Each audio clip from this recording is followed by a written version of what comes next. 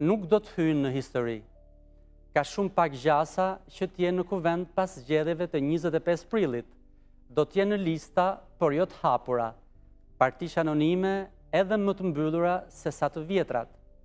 Shumica e tyre do të harrohen ditën e parë që Parlamenti i tanishëm të ul perden. Për kë e kam fjalën? Për deputetët e së ashtu quajturës opozite re, që për rreth një vit u bën personazhe si pasojë një aksidenti, ngjitjes lartë të numrit të llotarisë politike pas djegjes së mandateve nga deputetët e opozitës.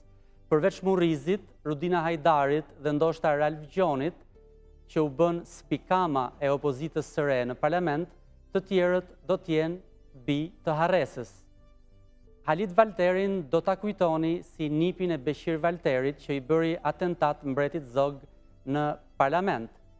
Do ta kujtoni për një sherr me Damian Gjiknurin dhe për një foto me Dafina Zeqirin. Kujtim gjuzin për faktin se kryeministri Rama e kthente në personazh të parabolave të tij me grotesk. Një leshverdh se shpiku termin korporata. Ata ishin të lëvizshëm, por nuk arritën kurrë të formonin një lëvizje dhe as një grup. Një pjesë e tyre ishin satelitë të Taulant Ballës dhe batutave të kryeministrit. Një pjesë u bën robër të një dogme të cilën as vetë kuptonin, listave të hapura. Shumë syresh flirtuan me Ramën, i cili nuk u dha shumë, veç ides se, duke qenë pranë të mëdhenjve, ishin edhe ata vetë të rëndësishëm.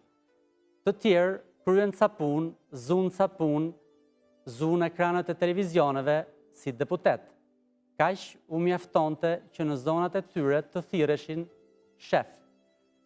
Pas kësaj komete të çuditshme bujare që u ra në prehër, ata do të marrin një pension si ish deputet. Mund të tregojnë nipërve foto të seancave parlamentare. Nuk do të thonë ama se si, në përplasjen me të mëdhenjt, ata qenë më pak se mish për top, për sanduiç.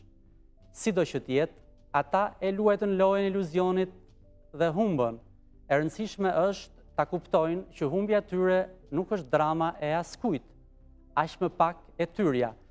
Parlamentarizmi i tyre nisi si një përrall dhe ashtu duhet të trajtohet, gjithmonë me na ish një herë.